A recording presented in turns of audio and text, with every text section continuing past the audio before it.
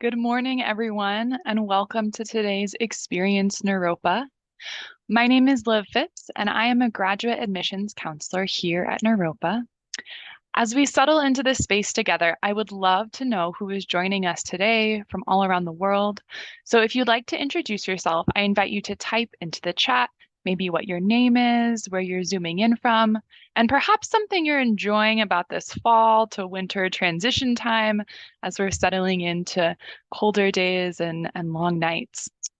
Here in Boulder, we're actually experiencing a kind of a mix of snowy days and beautiful sunshine. So we do get 300 days of sunshine a year here, which is a wonderful Naropa and Boulder fact to have. So, as you're introducing yourself, I would love to let you know what today is going to look like. Today, we're going to hear from some of our Naropa leaders. We will hear from our president. We'll learn in our sample class, the Herbal Renaissance, led by faculty member Brigitte Mars. And then after our sample class, we will break out into open sessions about financial aid, academic advising, and career and life development. But before we dive into all of these offerings, I would love to share with you some information about Naropa. Naropa was founded in 1974 by Chogyam Trungpa Rinpoche, and we are the first accredited university to bring contemplative education to the West. So mindfulness practice is at the center of everything that we do. Speaking of mindfulness, today I'm going to invite you to participate in what we call the Naropa bow. So everyone does the bow a little bit differently. I really view it as an opportunity to come into this space that we're sharing together, to engage in this present moment, and to honor each other on our journeys. So for our time together today, we'll begin the bow, if you'd like, by either closing your eyes or finding a soft gaze in front of you, whichever feels best. I'm going to take a deep breath in, and I'm going to notice the sensations around me. What are some things that I'm hearing right now? What am I smelling? How is the air feeling on my face this morning? And now, as we take another deep breath together, we'll place our hands together as so, and we'll bow at the waist.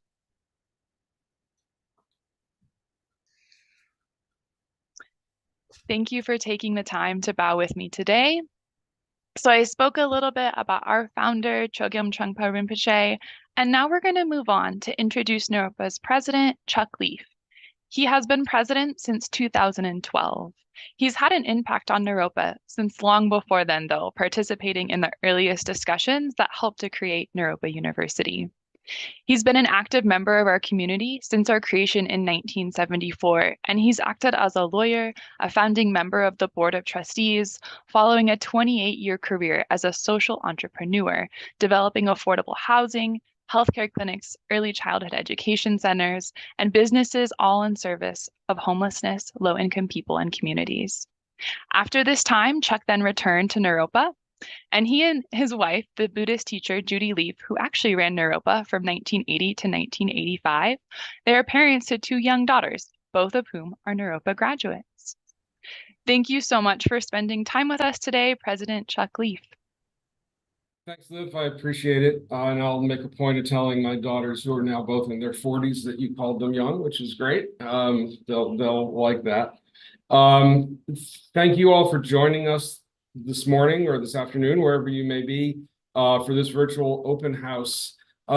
It's an important time for Naropa, as we are doing two things at the same time as we're moving toward the end of this calendar year. One is considering that we are ending our 50th year of work and service in Boulder, and the other is that we're beginning our 51st, which according to the calendar means next year is our 50th anniversary year, and we're spending a lot of time and effort in considering appreciation for the founding faculty and staff and students who took a chance at Naropa in 1974 and the years after that, and great appreciation for the new staff and faculty and students who are taking a look at the way in which Naropa is moving in the world as we look at our next 50 and 100 and 150 years as we go forward. There are a lot of changes, of course, that have taken place over 50 years, not the least of which is the sort of technological way that we're offering education at Naropa. 3 or 4 years ago, we had one program that was available online. And today we have multiple programs with almost 40% of our students now working in Naropa's community through a virtual learning platform, which is a very fast move into the virtual space, but has also allowed us to really redouble our commitment to residential learning and the delight that we have by also having students on campus. And so we're really working with both of these modalities now. It's allowed for an increase in the diversity of our staff, faculty, and student body because there are now ways to participate in the Naropa community without moving to Boulder. And it's also allowed for a lot more flexibility for folks. We are, interestingly, and probably for many of you on the call, we are primarily at this point receiving transfer students at the undergraduate level. So about 70% or so of our undergrads have had experiences at other higher ed institutions and have found Naropa as a place to perhaps offer a more satisfying academic experience and interpersonal experience, contemplative experience, and that's why Naropa was created. We also are a little bit upside down as higher education institutions are because we are a majority graduate school, much of in the area of graduate psychology and counseling therapy, but also in the Masters of Fine Arts, the Master of Divinity, training chaplains and pastoral counselors, and in eco-psychology. So we're a bit unusual. We've been unusual from the beginning and continue in that way. But I think that in thinking about where is Naropa's place in the world, especially today, and we are not immune from the issues that other schools are facing, certainly with respect to how we are addressing as a community the tragedy that's taking place in the Middle East now. It's clear, even though there are different views and different ways of approaching aggression and violence and poverty and injustice in the world, it's very clear, I think, that what Naropa is offering to the world is essential. A world that needs healing through therapists, through environmental justice activists, through artists and poets and innovators and entrepreneurs. And in the new area that we're working on very intensively now in training healers in the increasingly important area of psychedelic assisted therapy, which is a whole other conversation that I'm always willing to have with people. But it's this combination of work that we're doing, all of which is built upon a foundation of training in mindfulness and compassion that I think is the reason that Naropa graduates are in great demand around the world in a variety of areas of endeavor. And we're very proud of that. A small university with a really outsized impact, I think, in areas, especially in counseling, psychology, and therapy, and in the arts. And it's something that we're very, it's the passion that caused the founding of Naropa in 1974. And it's the flame that's still lit today, I think, in terms of the commitment that especially our faculty and students have in working together here. So I want to welcome you. I'll invite you all to get in touch with any of my colleagues who are on this call, or to get in touch with me in the president's office if you have any questions.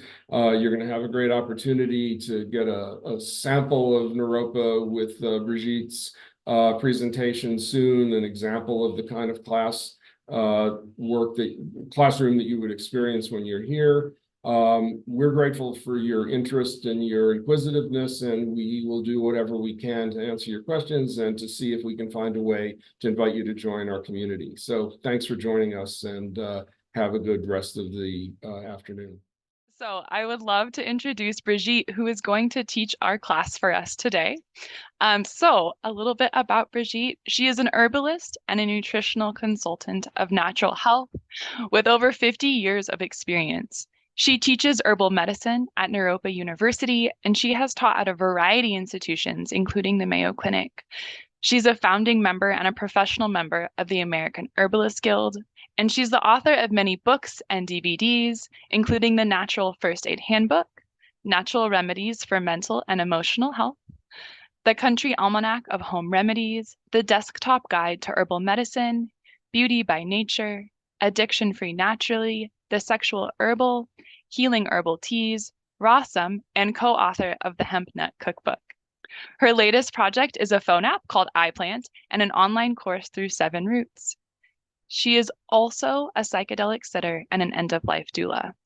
So, Brigitte, I turn it over to you. Thank you so much, Liv. What an honor and a pleasure. So I have been teaching at Naropa for over 40 years. I have always had an interest in herbal medicine and really felt that this is medicine for the people, and I wanted to offer it. And so Naropa was one of the first places that I started teaching outside of my just neighborhood and my children's brownie troops and various high schools and elementary schools. So I teach herbal medicine at Naropa, and it's not just about herbs. We talk a lot about nutrition and natural first aid, reproductive health, feng shui, color therapy, aromatherapy. So my intention is to give the students all kinds of life skills that are going to help them to be better stewards of the planet, as well as be empowered to take better care of their health. So it's a really fun class. I love doing it. And I want to share some samplings of some of the things that we might do in our class. So this will be a bit of a potpourri. So I usually teach just in the spring and in the fall. And one of the things we love to do is go outside and walk around the beautiful Naropa campus and see how many wonderful healing, medicinal, and edible plants are growing there. Things that we might walk around every day and just say, those are weeds. But after being in my class, you might say, my goodness, that's yarrow. That was used by Achilles to stop the bleeding of his warrior's wounds. And so one herb I want to mention that just about everybody recognizes is the dandelion. People think the dandelion is a weed, but after my class, they're going to say, what? Dandelions? You can eat the leaves? You can eat the root? You can boil the stem like noodles? That the flowers is high in lutein, which is going to help your vision, and that the root is very helpful in detoxifying the body and helps skin ailments, things like acne, eczema, psoriasis. They might even find that roasting the root makes a good coffee substitute. We're going to also learn about herbs like malva and violets. So I love that when the weather is permitting, we take a walk around the campus and just see that things that maybe we thought were weeds are not going to be weeds any longer. So the students might have an assignment to learn to identify at least 5 different edible and medicinal plants that are growing around the Naropa campus. We also do a class on natural first aid. So I feel that having some survival skills is a really great place to get started. So the students have 2 required books. One is a book I wrote, The Desktop Guide to Herbal Medicine, which is a super nerdy text that talks about 200 herbs. And so I do suggest that before the students start launching out and using an herb on a regular basis, that they read more about it, because some herbs have contraindications. They maybe shouldn't be used during pregnancy, or used with high blood pressure, or used if people are on certain pharmaceuticals. So safety is a huge issue. We want the students to be responsible, to know about plants that are time tested by millions of people for thousands of years, that are safe to use. We're not going to launch off into plants that maybe are going to be detrimental. And we often find that the students during the semester are going to be treating their classmates and their housemates like, my housemate has the flu, and so I made them some fire cider with garlic and onions and horseradish and cayenne pepper and ginger, and they'll see, well, that really helped. They got well really quickly. So even though this is the realm of natural healing, rather than thinking that you need to do this for many, many years, there's so many folk remedies that we talk about that are really safe to use, and they're not going to hurt you no matter what. And they're probably just going to work. You just have to give them a try. So ultimately, I love the idea that we can save money, save time, save our health, and at the same time, be better stewards of the earth. Because when we use natural remedies, we're also participating in keeping our planet more green. So, and identifying, at least 5 different edible and medicinal plants that are in their area. So we do a whole class called Folk Remedies from Around the World. And I really love to empower the students to use these, again, ancient time-tested remedies that might already be in their refrigerator on their kitchen shelves. So we do a class that will talk about all the things you can do with apple cider vinegar, cabbage, garlic, ginger. And I love hearing reports from the students, how they treated their cold or their flu, or how they helped their pet, for example. So it's really heartwarming to see that these are simple things that can be put into use. During my time at Naropa, I've had students that were blind as well as students that were deaf in my class, and I have really been delighted with the technology that's available at Naropa to be able to show PowerPoints so that the idea of the Latin names and the family names is already written there. So it makes a lot less translation and closed captions. It's just available. And I love making the classes more visual as well as more aromatic. We're very often passing essential oils around the class to help people feel most alert. So one little secret I'll share with you all is an ancient herb, rosemary. And Shakespeare said, there's rosemary for remembrance. Pray thee, love, remember. So all week long, I've been telling my students, well, smell rosemary while you're preparing for your warrior's exam or capstone or book report or final paper or whatever it is you're doing. Smell rosemary, and then the day of your presentation, maybe put some rosemary on your hair, on your wrist, on your collar, on your mustache, because smell has a wonderful ability to help bring us back to the moment when we were taking in that information. So I love giving them tricks and tips that are going to empower them their whole life, because what you do in school can also help you in the world out there when you are in business for yourself. I see that many of the students have issues with digestion, with food allergies and sensitivities. So we do a whole class called Food as Medicine, because I don't think we should just be using herbs as a Band-Aid to make symptoms go away. Very often, health issues could be due to eating something you're allergic to, or something that's really not good quality or poor quality. So we do talk about current social issues like genetically modified foods, organic, irradiated foods. And I ask the students to keep a food journal of what they eat for a few days, of what they eat and drink. And again, it's not to be judged on that. It's to give them the opportunity to look at, wow, there is a lot of sugar there, or where is the protein? Very often we talk about how important it is to eat all the colors of the rainbow. So one assignment they have is to make a list of 3 foods of each color of the rainbow that you're willing to eat. And this gets them to expand their repertoire. But we also think about how digestive problems might not only be that something's wrong with you, but how we could have a healthier relationship with food by being more mindful when we eat, rather than eating out of a freezer and standing up, how we take our portion and get mindful and remember the contemplative aspect that is so important at Naropa, to be present with what we're doing in that moment. And we do a whole class on culinary herbs and learn that there's many herbs already on our spice shelf that could be made into a tea or a medicine. So for example, we've talked a lot about ginger. Not only is ginger warming, and when the weather gets cold, many people here experience cold hands and cold feet. We also know, according to a clinical study, although the ancient ones knew this long ago, that ginger can outperform Dramamine in studies done on morning sickness. This was based on a study done by Dr. Daniel Mowry at Brigham Young University, where they gave people Dramamine, and another group got ginger, and they put them in chairs and spun them around and around and around till those that couldn't take it any longer said stop, and those that got the ginger were able to go around longer.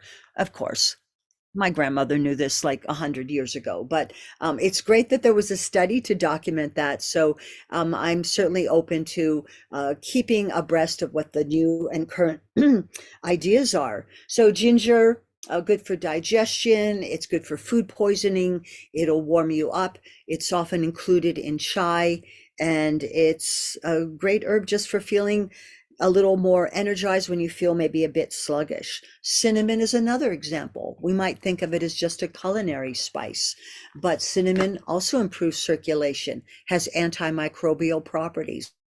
So learning how the spices that are on our shelf could be added to food, such as you're feeling under the weather, maybe you want to just eat simply applesauce with cinnamon. And very often we hear from students like, well, I'm not feeling that great. I ate too much during the weekend, or I didn't get enough sleep, or I drank too much. So it's really nice to know that you probably have remedies already on your shelf. So another assignment that they have is learn to flavor a food that you normally eat in a new way, and see that the spices are medicines in themselves. We hear so much these days about turmeric, one of the best researched herbs at the moment, how it has curcumin, which is anti-inflammatory. And so we hear from students that they're taking this like for a sports injury, and maybe they sprained their ankle, and how turmeric really might help them. We're also reminded that these spices not only flavor our food, but they also have the ancient an important tradition of helping to preserve our food, because all of the essential oils in those spices have antimicrobial properties. So not only do they flavor our food and enable us not to have to use too much butter or salt just to get a good flavor in your food, they're also going to turn on our senses, help us to be more mindful when we eat, add more delight to our senses, but also enhance digestion. So no longer is curry powder just something to flavor our food. We're going to learn, wow, it's a preservative, it improves circulation, it's good for our skin, has antifungal, antimicrobial properties. So maybe we should spice our food more often and have, fun doing that, and do some experiments. And I love it when the students report new things that they've made and tried and shared with their friends. So because attendance is very important in my class of herbal medicine, I really think that, if you're going to miss class, we might be talking about what you're missing class for. So I've had students say, well, I'm having anxiety, so I can't come to class. It says, well, we're talking about anxiety tomorrow, so I hope you can come. But during the flu season, which seems to be, fall, winter, and spring, the students learn, because we do an entire class on immune health, and we talk about foods that we can eat that can enhance our immunity. We talk a lot about the importance of fermented vegetables, making homemade sauerkraut, things like miso, kimchi. We learn about foods that are going to give us a plethora of nutrients to help our lungs, to help our skin, things like the high beta carotene vegetables like sweet potatoes and winter squash and pumpkin, and how those can be helpful allies for us. We also learn about, again, the culinary herbs and how they can help our immunity. But then we get into some of the herbs that are used around the world that are super infection fighting. Echinacea, which is a Native American herb. We might talk about isatis and baptisia.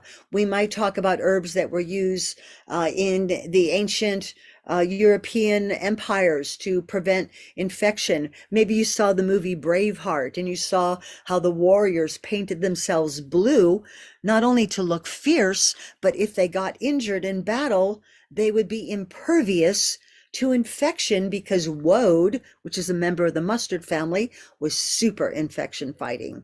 So they also learn about common things you can do for a cold or the flu or the COVID or the long COVID or any of the things or allergies. So one example that I often hear because I share it so often is if you're sick, maybe back off of the dairy products. They're going to create more phlegm.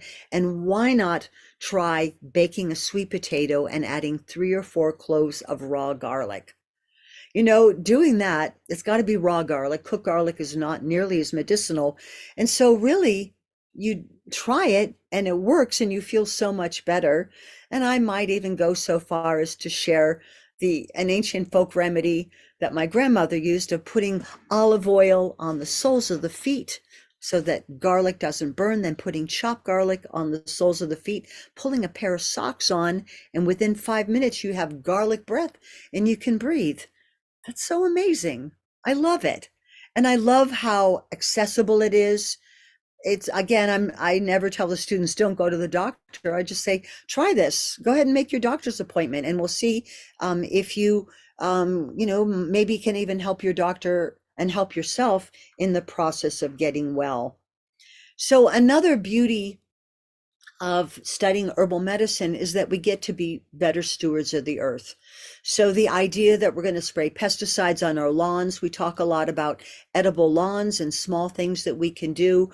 We learn how many of the so-called weeds are really allies, that we could create lawns that are both edible and medicinal by doing something like planting white clover or chickweed or violets. I remember a little demonstration we did right by one of the buildings at Naropa, where I showed them the plant soapwort, Saponaria officinalis, and I took the soapwort and I rubbed it between my hands, and one of the students poured a little water in my hands and it lathered up, and it makes an amazing soap or shampoo.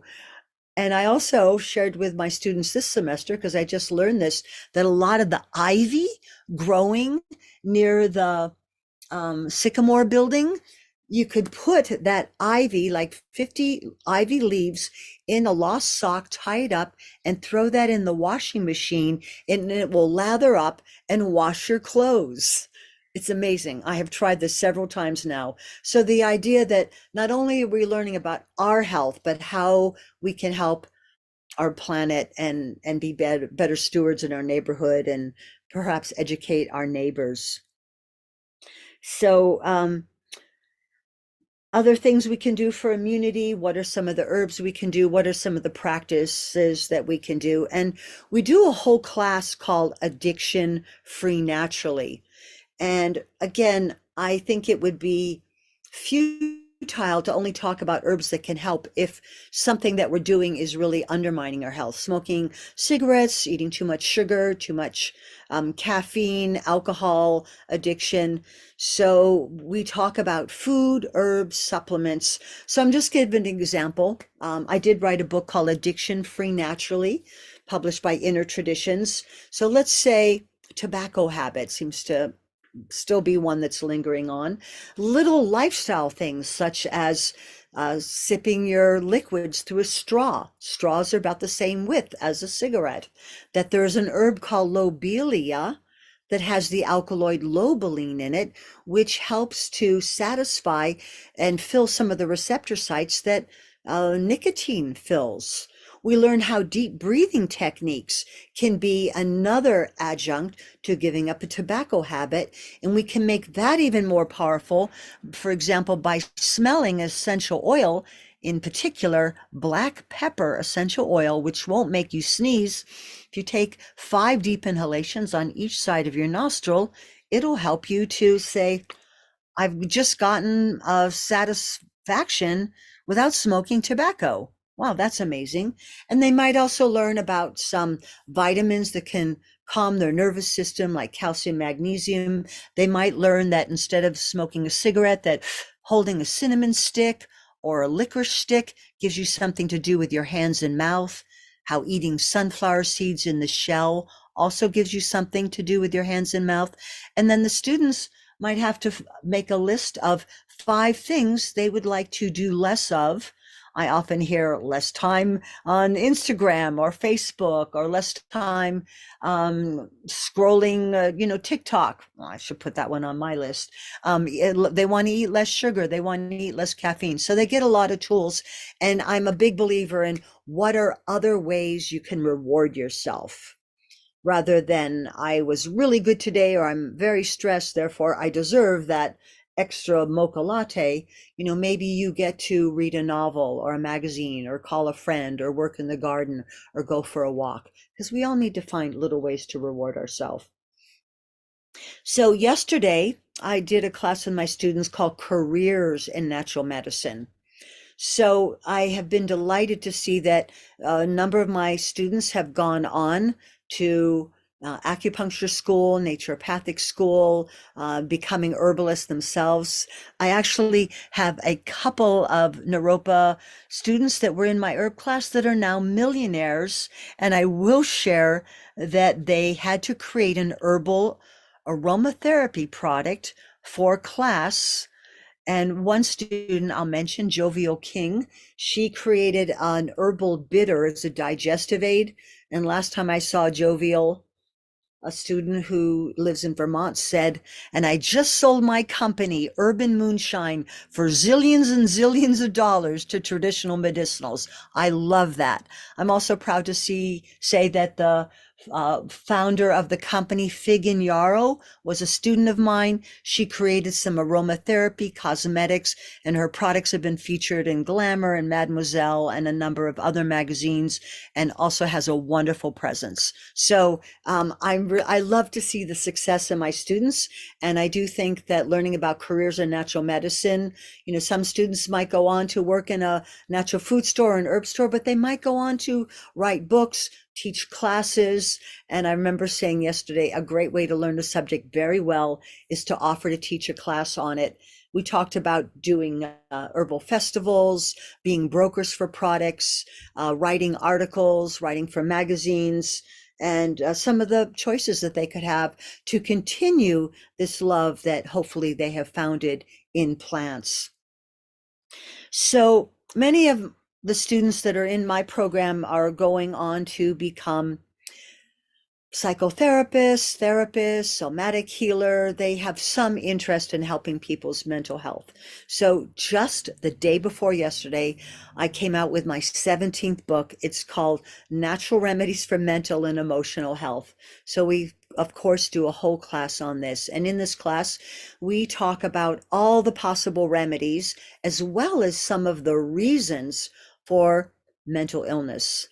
And I also talk about how very often in this culture, people go to one kind of doctor for physical ailments and a totally different kind of doctor for more emotional and mental habits or problems. And yet in Asian medicine, we might look at depression as having some basis in liver health. OCD might be an imbalance of how much sugar people's eating. Anxiety could certainly be based on too much caffeine or sugar or low blood sugar. So we look at some of the physical conditions that can contribute to mental health conditions, and that what do we do about it? So the possibility that depression, rather than it only being a deficiency in Prozac, could have something to do with eating foods that are hard on the liver, fried foods, chips, processed oils, hydrogenated oils, margarine, how eating more sour foods can help the liver unblock itself and do a better job cleaning the blood. We've talked about how eating more green leafy vegetables is really helpful, how important again it is to eat all the colors of the rainbow. But we do know that a lot of our neurotransmitters are made in our gut microbiome, and the importance of having healthy digestion so that we have healthier brain function. So one common concern, and I'll just go over that a little bit, is like insomnia. How many people, probably some of us, deal with insomnia? And so rather than just take an herb and go to sleep, we might look at getting ready for the next day, the night before. Taking a lavender bath before bed, where you fill the bathtub and add 7 drops of lavender oil. I know that a lot of students don't have bathtubs yet. Maybe someday. They're still in the shower phase of life. They might stop eating and drinking 3 hours before bed because food is going to fuel you. And then they learn that there's a number of herbs that can help sleep. Things like valerian, kava kava, catnip, passion flower, oat straw, and they'll report back. One of the assignments that the students have is to write a final paper, and very often they will write a final paper on something that is a health concern of theirs or a loved one of theirs. So I've certainly seen a number of papers on insomnia, and also finding ways out of anxiety. A student might learn that they're going to have less anxiety if they play slower music, if they write things down rather than trying to keep everything in their mind and feeling overwhelmed. Again, if they get ready for the next day the night before, if they do eat a breakfast rather than only having coffee and sweet pastries for breakfast, they might learn that rescue remedy is good for an anxiety attack, or simply opening up a bottle of lavender oil and taking 5 deep inhalations on each side of your nostril goes right to your brain. So I might ask them, would you rather go down Freak Out Freeway or Lavender Lane? And it's so simple and so immediate. So I'm also delighted that Naropa has started a psychedelic program. I have long been involved with that world, and I have not written a book on it on that subject, although I do have a CD called The Psychedelic Prayers based on the Tao Te Ching, where Dr. Leary gave me permission to be the voice of the prayers. But we do a class called Sacred Use of Psychoactives, not to encourage students to use these things, but to minimize harm, to talk about using them in a safe set and setting, and how they can prevent harm. And again, really, saying that this is not for everybody, and this is not a substitute for doing therapy and doing your work and healing familial relations and friendships, but that this is work, and this might be a stepping stone to a career that they choose to have later on in their life. So the idea of things you can do to improve mental and emotional health is another really important aspect. So I'm looking at the chat. I haven't been looking at the chats, but I'll keep an eye on it here. So a class we did last week was on aromatherapy. So there's many different ways the students learn how they can incorporate herbs. One is as an herbal tea. So an herbal tea is really nice because we all know we need to drink more liquids. And I love it when they keep their food journals and they report about a new tea that they tried. I suggest that green tea is going to be a lot less stress inducing than black tea.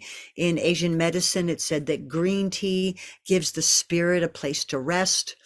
Maybe they're going to try a new herb like chamomile or rosemary or cinnamon or ginger or pu'er or mugi hato mugi miso, or so many things. Apple cider vinegar and honey might be another beverage. So herbal teas, seasoning our food. We also know that herbs can be used in capsules and tinctures. There's also a combination of herbs, so the students get familiar. I don't work for any particular company, but if there's a product I can suggest to them that's readily available or something that they can put together themselves easily. So early in the season, a class that I love doing with the students is doing a little tour of all the herbal businesses right near the Pearl Street Mall. So we start out at a plant store called Terracotta, which teaches things like ikebana and terrarium making, and it's just a wonderful place full of living plants and crystals. And then we go to Old Barrel Tea Company, which is all full of local honeys and a woman-owned shop that makes their own blends. And then we venture over to Rebecca's Apothecary, which is a lovely herbal store. And then we go in just a spice shop called the Savory Spice. Then we take a visit to Kucha, which sells nothing but teas, some which sell like $100 an ounce. And then we go visit the Savannah Bee Company and look at all the medicinal honeys that are available. And then we end the class at Tonic's Alchemical Lounge, which is a place that they may want to hang out or do their homework in or have meetings. I was there last night and I probably saw 15 of my Naropa students. I'm so delighted they're not hanging out in a bar, that they're hanging out in a place that sells herbal nutritional tonics where you can get vegan hot chocolate or a mug of love. Or I had a drink last night called Venus that had all kinds of female adrenal nourishing tonics. So just learning not only what is available, but these might be places that they want to apprentice at later or have a part-time job or even take on as a franchise in their own communities. So I think it's really important that they have ideas that what you can do with this is really vast and wide. It's a beautiful arena and there's so much available. All right, so enhancing intelligence. I love to share with the students the importance of, at least what I do is I highlight with a yellow highlighter when I read. Yellow is the color of cerebral stimulus. And so if they're reading a book and they want to remember something, just by doing that little extra step, it does make it more difficult to sell your book at the used bookstore. But I think it makes the book more valuable to you. And I hope that the books that they procure during the semester with me are things that are going to be of value their entire life. I also love the spiritual significance of teaching at Naropa. And I love that in my class on herbal medicine, I try to bring into it as many of the world religions as possible. I love the diversity of students that I have. And so when I mention, for example, that marigold or basil is often used in offerings in the Hindu culture, or that Buddha gained his enlightenment under a Bodhi tree, which is a type of fig tree, or references to Judaism or Christianity. I try to bring it all in and be as diverse as possible, not to convert or instruct, but really just to share how rich this is.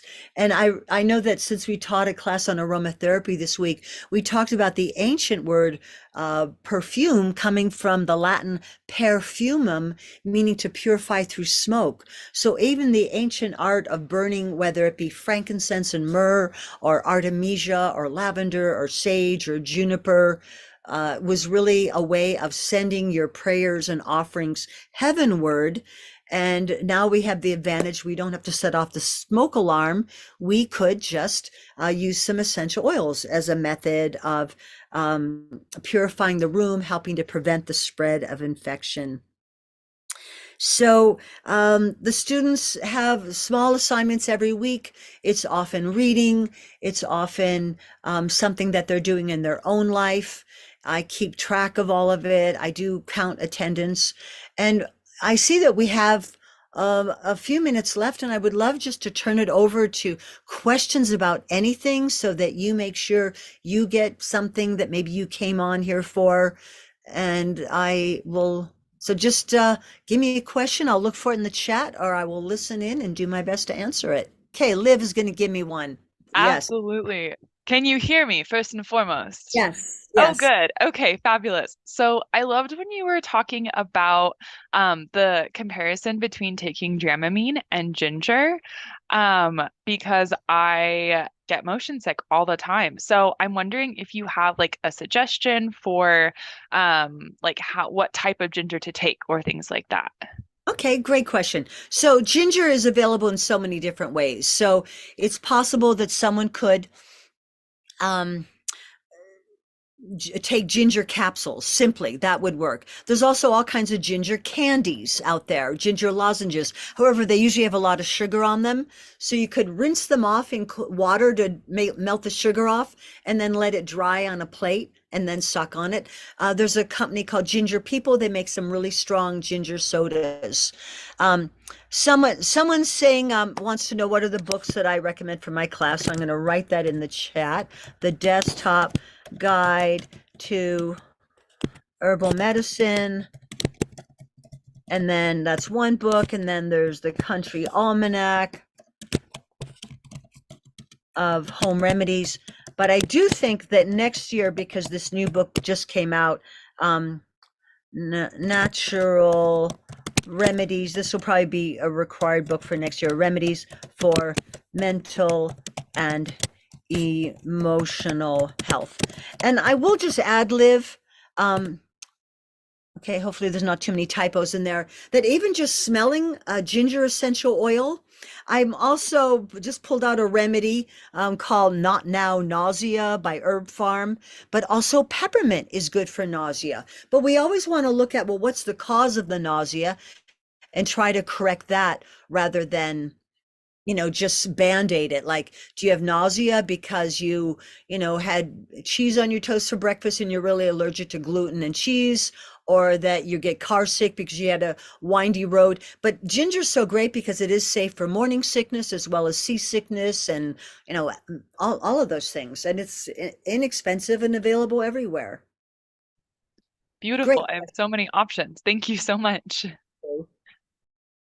How about another question? Ask the herbalist. Try to stump the herbalist. I'll see if there's anything online there. Okay.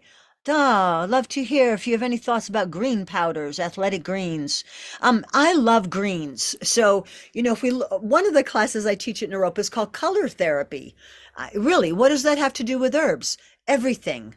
And Madison Avenue is using color therapy to market to us. So we should be using it for healing. So I'm just going to launch into a few things. Like I might tell the students, if you're feeling really stressed, wear blue. If you can't get motivated, wear red. But the question was about green. So if we look at the color spectrum, green is right there in the middle. And so, of course, it's important to eat all the different colors of the rainbow, but green is right there in the middle. And we know that all the greens, whether it be barley grass, wheatgrass, spirulina, chlorella, nettle juice, dandelion tea, any of those things, they're really high in chlorophyll. And chlorophyll has only one atom of difference from hemoglobin, which makes our blood red. So think of chlorophyll, which is in all the green leafy things, as a way to help our bodies better utilize oxygen, help prevent infection, and help promote wound healing. So yes, greens, greens, greens. My friend David Wolf likes to say, eating greens is a discipline. Do you have resources for people who want to grow herbs in Colorado? Go visit your local farmers market because Colorado has such diversity of altitudes. So if you go to the farmers market and say, I live at 10,000 feet, what's going to grow there? They might say uva ursi or grindelia. But if you're in the plains, you might do well with lemon balm or mint. But I do say, and I'm actually quoting a friend, one can never grow too much basil or too much cilantro. So I also say it depends so much on the soil, Artemisia. Look around and see what's already growing there, and maybe you can help that. I do grow a lot of culinary herbs. I love that. I'm really big on planting fruit trees. If you wanted to plant something wonderful, I would say plant a serviceberry shrub and an elderberry shrub. They will produce, and maybe an apple tree. I love the idea that you plant a tree and it produces food and fruit and medicine for years to come. And another class I offer in my herbal medicine program is therapeutic trees. What are the properties of witch hazel and linden tree and, oak trees? And, it's amazing. So we do a whole class on trees. Can I recommend a favorite tea to replace morning coffee? Well, I have to tell you my little secret. I love yerba mate. Yerba mate is a member of the holly family. It does have some caffeine, but hey, I'm 71. I'm old enough to drink a little caffeine. And I'll tell you what, it doesn't seem to cause anxiety. It doesn't seem to be addicting because I travel without it and don't bring it with me. And it does seem to brighten your mood, promote good bowel health, and I really like it. But I also drink nettles a lot. Nettles is one of my favorite herbs. If I were going to another planet and I could bring 3 herbs with me, nettles would be one of them. Nettles is so mineral rich. Rudolf Steiner said nettles are the heart of the world. They have nutrients to help your bones, your teeth, your hair, your energy. They're anti-allergenic. They strengthen the kidneys and adrenals. And you can be sure on the midterm quiz that I give my Naropa students, they have to list at least 5 uses of nettles. And they also should know the Latin name Urtica dioica. Let's see here. Well, I think maybe I have time for 2 more questions. So, give me something.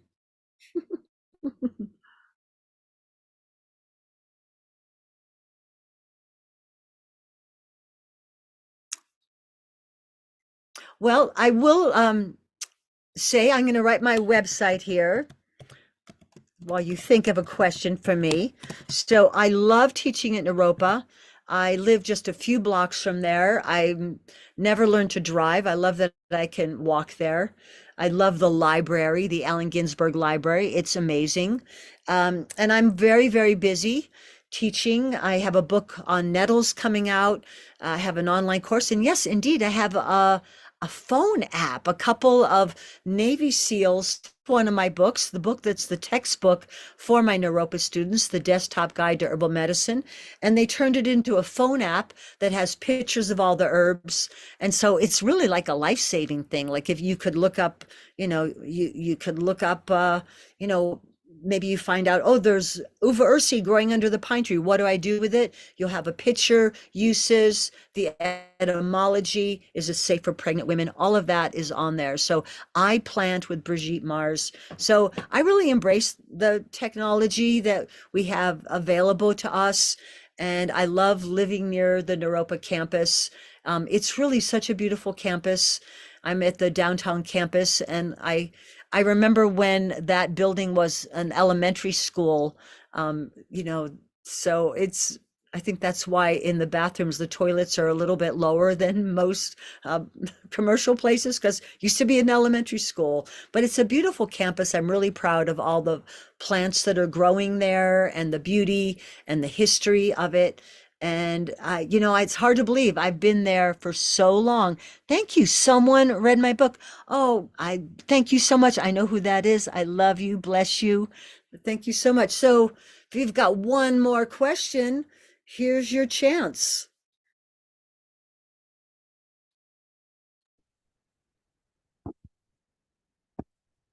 Brigitte, if no one else has any more questions, I would love to ask you a final question to close out our time.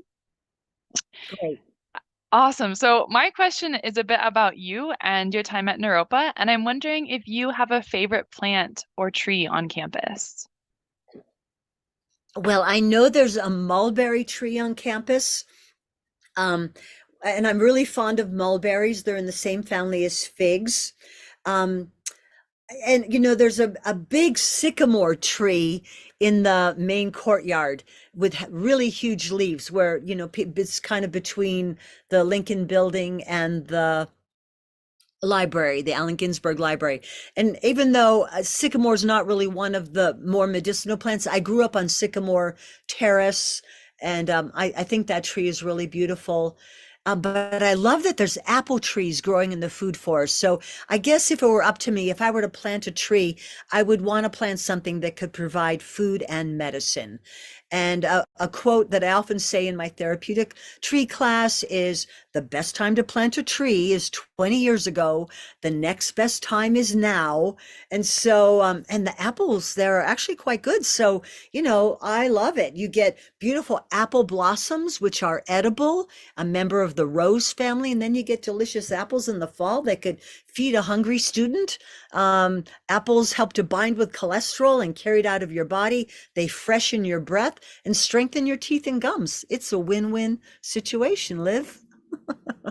I feel like I need to start buying apple trees for the holiday season for people this year. When is the best time to plant an apple tree? Do you know? Usually spring is the best time to plant the trees because Oh. you don't want to like, okay, you're going to be out here all by yourself all winter. You kind of want to do it when it's fall is the next best time, but it's even getting the ground's getting a little hard right now. I love that. Thank you so much. Do you have anything else that you'd like to share before we transition into our open sessions today? I thank you so much for having me here. I'm delighted to be part of Naropa, and I hope to be there a very long time. I love what goes on there. I love seeing the success of my students, and I hope some of you like come take my class because there's a lot out there to learn about herbs, and if it can help you, help your health, help the planet, I'm in. That's what I'm there for. Peace and blessings to all of you. I'm going to bow out. Thank you so much. Thank you so much, Brigitte. It was such a lovely time to have you on our call this morning. I learned so much and I really enjoyed hearing you speak. So thank you. Thank you. Peace and blessings. Wonderful. So now we have finished our class for today, and we're going to move into our open sessions. So some of you might be hopping on now. Some of you might have been here to watch the class. Either way, wherever you are, we are going to move into our open sessions. So we have several offerings being provided by different departments. We have things in undergrad programs, so you can receive information on financial aid and academic advising. We also have information for students interested in our graduate program, so you can learn more from our Office of Life and Career Development. And then we do have information for anyone who's interested in career advising, internships, field placement through our Office of Life and Career Development. So to access those open sessions, the links to the sessions are going to be posted in the chat momentarily. You can also access these links via an email that was sent to you. So if you can't find them in the chat, hop on over to your email and they will be there. Thank you all so much for joining us for Experience Naropa. I hope you all have a beautiful day and we look forward to hearing from you. If you do have any questions about Naropa, about the class, anything that pops into your mind, feel free to reach out to us at admissions@naropa.edu. We would love to help you out. I would love to meet with anyone who's interested in attending Naropa. And to end our time together today in our large group setting, we are going to end with our Naropa bow. If you're interested in joining us, we'll just take a moment to center after our class. So a deep breath in, putting our hands together and bowing at the waist. Thank you all very much and take good care.